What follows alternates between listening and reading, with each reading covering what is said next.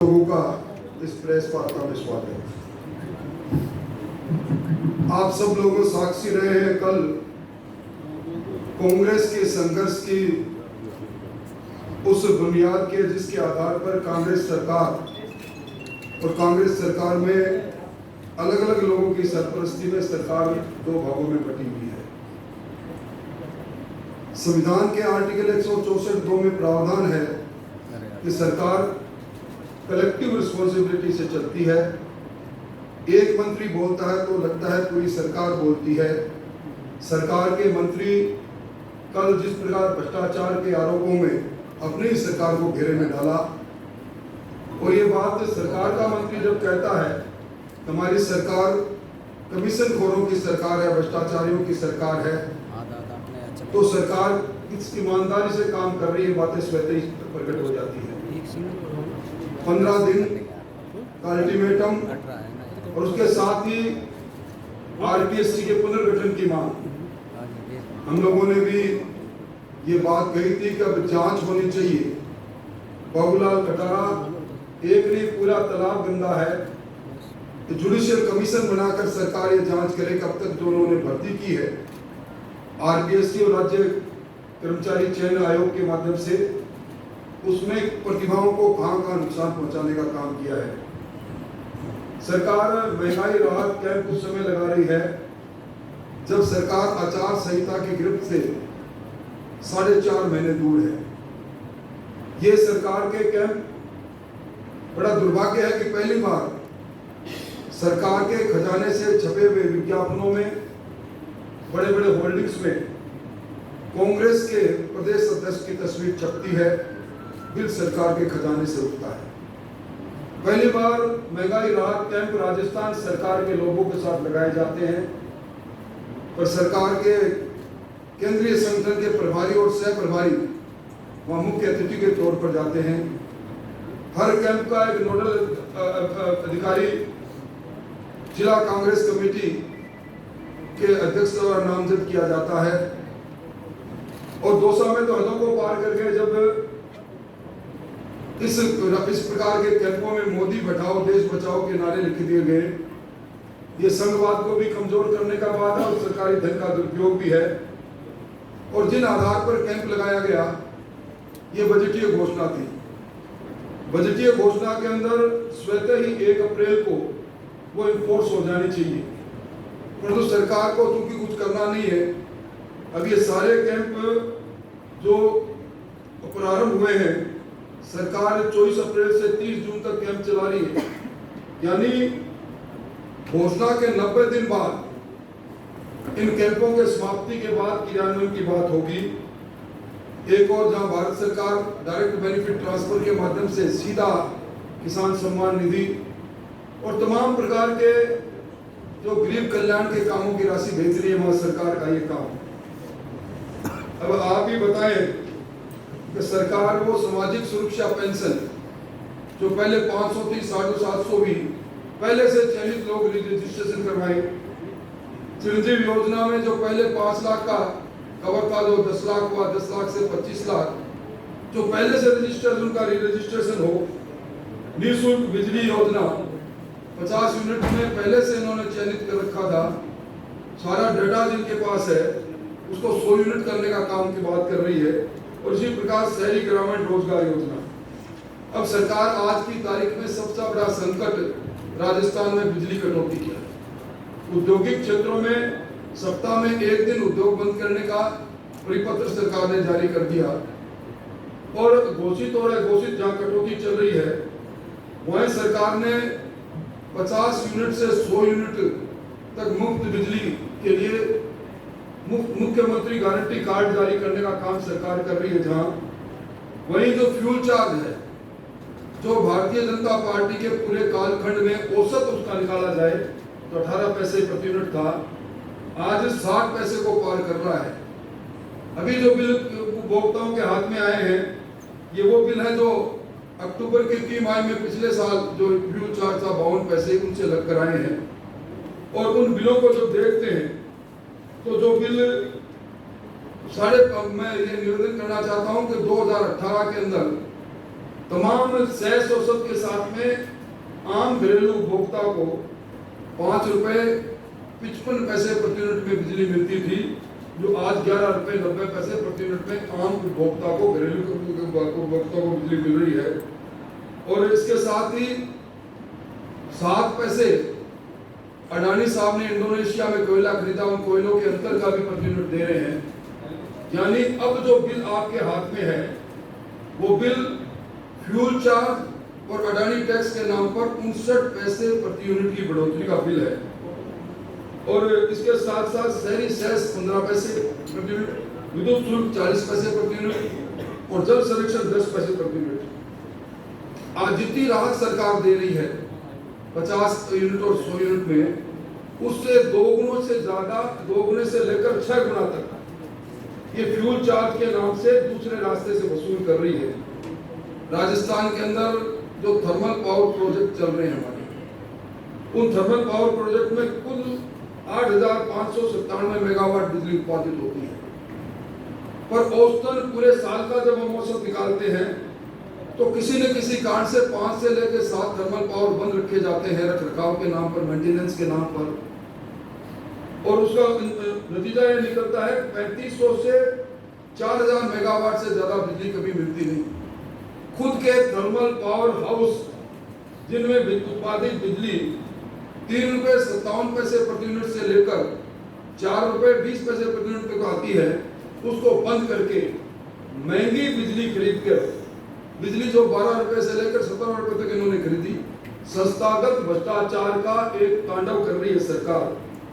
इसके साथ ही ये जो हमारे यहाँ सर्वाधिक हम कहते हैं कि हमारे सोलर एनर्जी में राजस्थान चैंपियन है। 17,143 मेगावाट के संयंत्र लगे हैं, पर इन संयंत्र में 23% बिजली का उपभोग तो राजस्थान में मिलता है, बाकी हमारे ही ट्रांसमिशन लाइन से ये दूसरे राज्यों में जा रही है। आज इसी प्रकार जो विंड एनर्जी है 5,000 के लगभग, इसके अंदर भी हम मुश्किल से 32% का उपयोग कर रहे हैं। और पहले रूफटॉप सोलर को जो सब्सिडी मिलती थी 3 रुपए 14 पैसे, उसको भी उन्होंने कम कर दिया। कोयला महंगा खरीद कर जिस प्रकार का संस्थागत भ्रष्टाचार किया गया है, वो भी एक अपने आप में एक नया नमूना है। अभी हाल ही में एक कंटेनर के अंदर 30% कोयला चोरी का मामला उजागर हुआ। एक कंटेनर में 10 लाख रुपए का कोयला आता है और प्रतिदिन 500 से 600 कंटेनर राजस्थान में आते हैं। ये इन कंटेनरों में मिली भगत करके ये चोरी और इसका भुगतान भी राजस्थान के उपभोक्ता को करना पड़ता है। पिछले आज से 6 महीने पहले आरटीपीपी एक्ट की धज्जियां उड़ाते हुए अडानी जी को, जिनसे विशेष प्रेम मुख्यमंत्री जी का है, उनको 18,000 मेट्रिक टन में महंगा कोयला खरीदा, 5,89,000 मिलियन टन। और अब फिर एक बार इन्हीं 6 महीने बाद में 3,38,000 मेट्रिक टन तो कोयला 15,000 रुपए प्रति टन से खरीद रहे हैं। और नजीर ये दे रहे हैं कि 6% आयातित कोयला मूल कोयले में मिलाना पड़ता है। आज इनसे कोई पूछे कि 6% और कुल कंजम्पशन कितना है, यानी खुद भ्रष्टाचार करें। और जो हमारा इलेक्ट्रिसिटी एक्ट बना है 2003 का, उसके सेक्शन 65 में साफ कहा गया है कि सरकार किसी प्रकार की कोई भी सब्सिडी दे तो उसका पूर्व में भुगतान विद्युत कंपनियों को करे। इस सरकार ने पूर्व में भुगतान नहीं किया और अब बड़ी हुई दरों का 50 से 100 यूनिट कर रहा है, उसका भी पूर्व में भुगतान नहीं कर रहा। इसी कारण से सारी विद्युत उत्पादन कंपनियां आज बैंकक्रप्ट की ओर बढ़ रही है। बिजली 23,309 यूनिट बिजली के साथ सरकार दावा करती है कि हम सरप्लस स्टेट हो गए और आज 14,000 मेगावाट 14,000 यूनिट से ज्यादा बिजली का उत्पादन पीक आवर्स में नहीं होता और सरकार कहती है कि हमारे पास बिजली नहीं है। आज घरेलू श्रेणी की दरों के अंदर पूरे देश में राजस्थान चौथी पायदान पर है, औद्योगिक बिजली की दृष्टि से दूसरे पायदान पर है। और अभी पिछले दिनों पर भी 2021 के अंदर 13,793 करोड़ की बिजली खरीदी गई। आगे का आंकड़ा मेरे पास नहीं है, पर आप अंदाजा लगा सकते हो एक साल में 13,793 करोड़ की महंगी बिजली निजी विद्युत उत्पादनकर्ताओं से खरीदी जाती है, खुद के थर्मल हाउस बंद किए जाते हैं। इससे बड़ी क्या बात हो सकती है। और इन्होंने घोषणा की थी 2021-22 में कम एक किसानों के लिए एग्रीकॉम यानी अलग से किसानों के लिए बिजली उत्पादन कंपनी बनाएंगे, और इस बार कहा कि हम अलग से एक IT कंपनी विद्युत कंपनी बनाएंगे। दोनों आज दूर की कोड़ी साबित हो गए। और सरकार ने वादा किया था 2020-21 में वादा किया था कि हम 1 अप्रैल 2022 से राजस्थान के सारे ब्लॉकों में किसानों को दिन में बिजली दे देंगे। 2 ब्लॉक में किसानों को दिन में बिजली देने का वादा करने वाली ये सरकार आज किसान को मुश्किल से 4 घंटे 5 घंटे बिजली मिल रही है। ये बिजली की कटौती उस वक्त है जब किसान को सबसे कम बिजली की आवश्यकता है। मौसम भी ऐसा नहीं, कई बार बरसात भी हो रही, उसके बाद भी सरकार की हालत है। और इन्होंने जो किसानों को विद्युत कनेक्शन देने का वादा किया था, फरवरी 2022 तक के सारे पेंडिंग कनेक्शन देने की बात की, और उसके लिए टंकी प्रोजेक्ट लेकर आए। और टंकी प्रोजेक्ट में 2300 करोड़ का प्रोजेक्ट 3900 करोड़ में गया।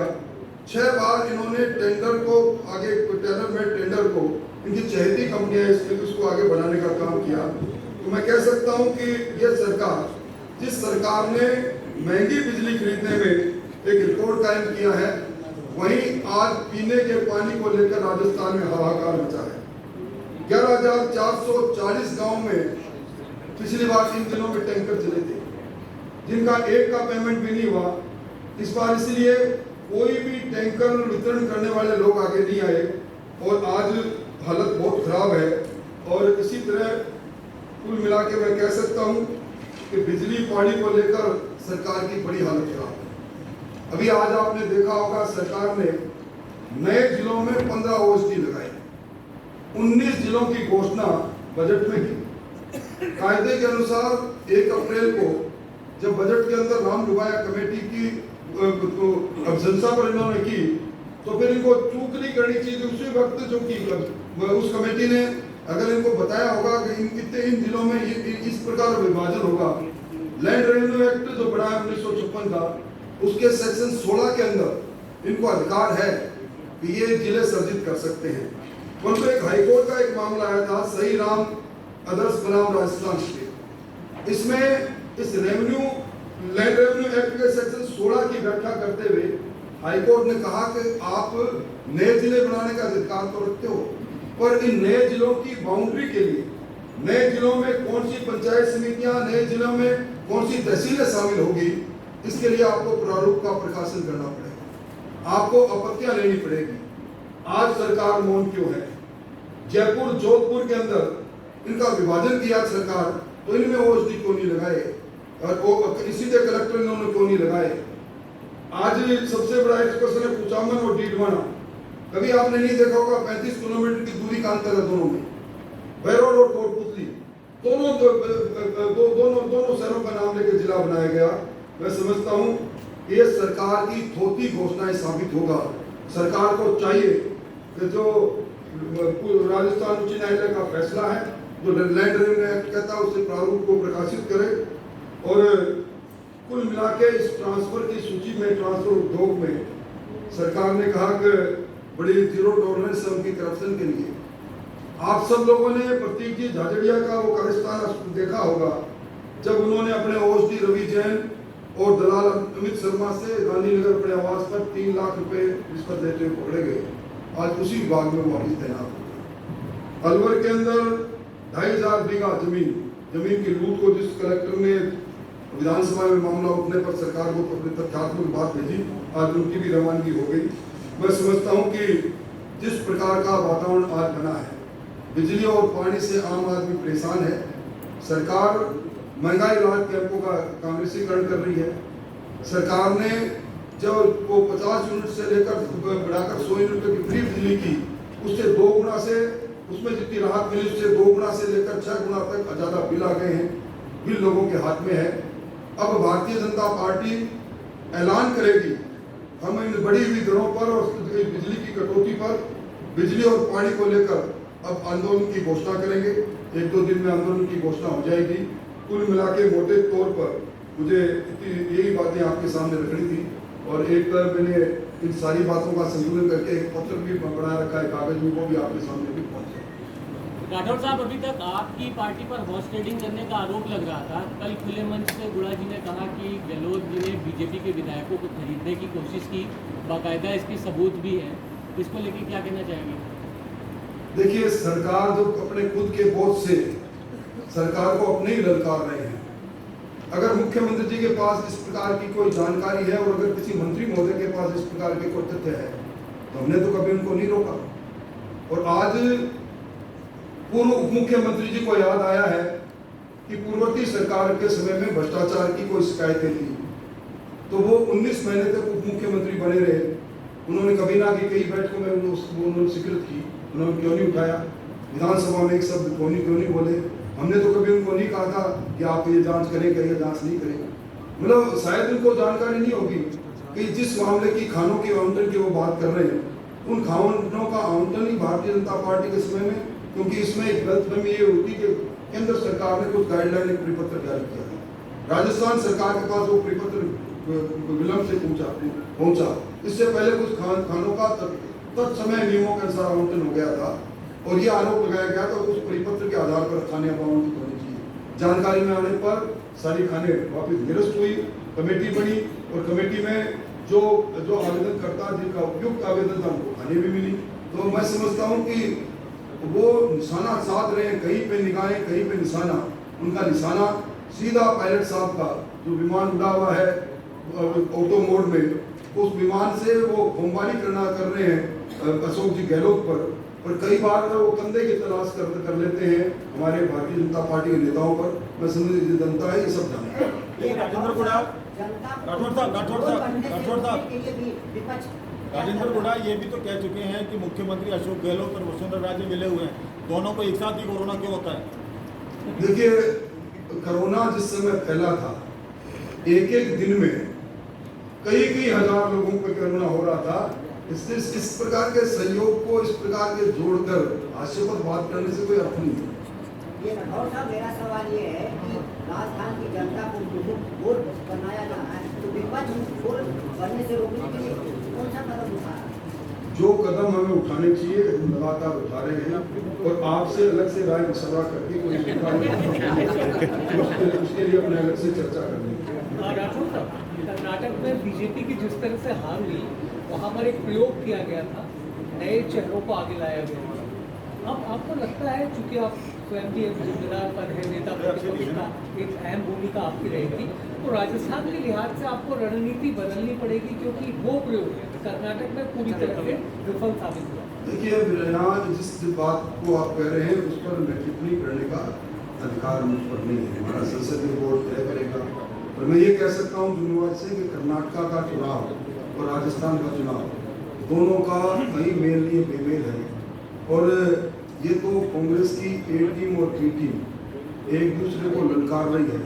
और आज अगर मंत्रिमंडल का कोई व्यक्ति सीधा आरोप लगाए और मुकेश भाकर जैसे नौजवान विधायक ये कह दे कि रीट के अंदर राजीव गांधी स्टडी सर्किल की भूमिका की जांच होनी चाहिए, हम भी कह रहे हैं भूमिका की जांच होनी चाहिए। हम भी कह रहे हैं कि जुडिशियल कमीशन बनाकर अब तक की जितनी नौकरियां दी गई है आरपीएससी में आरएस से लेकर सारी, इन पर सब पर जांच होनी चाहिए। कुल मिला के मैं कह सकता हूँ कि बत्ती गुल है सरकार की, मीटर चालू है सरकार का, और करंट नहीं, लोग बता। तो गहलोत जी तो कह रहे कि वसुंधरा जी ने सरकार बचाने में मदद की। नहीं, अगर गहलोत जी इतने कमजोर है कि हमारी सरकार, अपनी सरकार, उस सरकार को बचाने का में भी वो नाकामयाब रहे, दूसरों को चले देते हैं, तो ऐसे कमजोर मंत्री को मैं के बारे में मैं क्या कहूँ?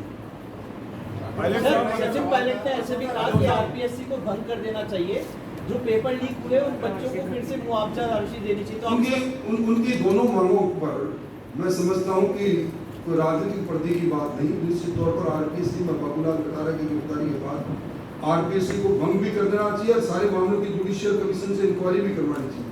और जो लोग पेपर रद्द होने के कारण से कन्हैयालाल पारिक जैसे नौजवान को आत्महत्या करनी पड़ी, इस पूरे मामले के अंदर सरकार को उन नौजवानों को निश्चित तौर पर मुआवजा देना चाहिए। राठौर साहब राठौड़ साहब, अभी सरकार ने 4 जिलों में ओएसटी नहीं बनाई है जो उन्होंने कहा था, उत्तर दक्षिण जयपुर। नहीं, मैंने आपको कहा ना, सरकार सरकार, कहना चाह रहा हूँ कि आपके सरकार आने के बाद इस नोटिफिकेशन को आप कैंसिल करेंगे या रिव्यू करेंगे? हम आनंद फानंद के अंदर किसी तरह के जिलों को, तहसीलों को, संभाग को बढ़ाने का मकसद कभी नहीं रहे। ये रेवड़ियों की तरह बांटकर ये सोचते हैं कि चुनाव की वेतरणी पार कर लेंगे, इससे कामयाब होंगे। तो कागज बांटते नहीं। राठौड़ साहब प्रकाश, राठौड़ साहब, सीएम आज विशेष तौर पर एक बिजली की आगे बात सवाल, कर एक रहे आगे थे। सवाल। और मैं बिजली के वो 2 बिल, ये 2 भक्तों के बिल, एक आगे सवाल राठौड़ साहब। एक अप्रैल, 1 मई का,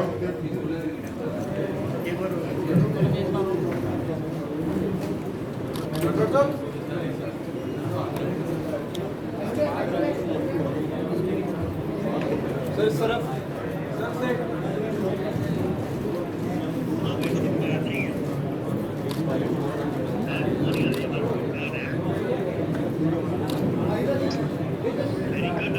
बहुत बहुत धन्यवाद, बहुत बहुत आभार। फिर मुलाकात होगी। धन्यवाद के लिए आप सब सादर आमंत्रित हैं।